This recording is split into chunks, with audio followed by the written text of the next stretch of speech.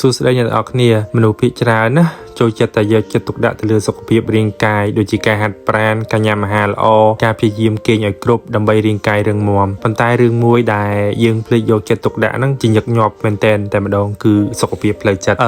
បើមែនតែទៅសុខភាពផ្លូវចិត្តណាយើងមិនអាចមើលឃើញបានដូចជារាងកាយយើងទេប៉ុន្តែវាមានឥទ្ធិពលខ្លាំងមែនតែទៅលើជីវិតរបស់យើងជាក់ស្ដែងនៅពេលដែលចិត្តយើងបានសុខអ្វីក៏ល្អទៅតាមនឹងដែរដូចជាយើងគិតបានច្បាស់ល្អធ្វើការងារបានល្អនិងមានទំនាក់ទំនងជាមួយអ្នកដទៃបានល្អក៏ប៉ុន្តែនៅពេលដែលចិត្តយើងហត់នឿយយើងមានសម្ពាធឬអារម្មណ៍អវិជ្ជមានណាអ្វីក៏វាខូចទៅតាមនឹងដែរហើយពេលខ្លះយើងគិតខំធ្វើការច្រើនមកយើងទ្រាំទុកអារម្មណ៍យើងមិននិយាយអ្វីដែលយើងមាននៅក្នុងចិត្តយើងនិយាយថាខ្ញុំមិនអីទេខ្ញុំអាចទ្រាំបានប៉ុន្តែការទ្រាំនោះវាមិនមែនមានន័យថា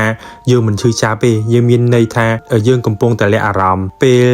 ដែលអារម្មណ៍ទាំងនោះវាត្រូវបានបង្ខំឲ្យស្ងៀមវាអាចក្លាយជាអារម្មណ៍ដ៏ធ្ងន់ធ្ងរហើយវាអាចប៉ះពាល់ដល់ជីវិតយើងអញ្ចឹងអ្នកត្រូវចាំថាយើងគឺជាមនុស្សយើងមានអារម្មណ៍ហើយយើងត្រូវការថែរក្សាផ្លូវចិត្តរបស់យើងផងដែរអញ្ចឹងការថែរក្សាផ្លូវចិត្តហ្នឹងមិនមែនជារឿងធំធេងទេវាចាប់ផ្ដើមពីរឿងតូចៗដូចជាការស្ដាប់ខ្លួនឯងការសម្រាកពេលដែលយើងនឿយហត់ការចំណាយពេលវេលាជាមួយអ្វីដែលយើងស្រឡាញ់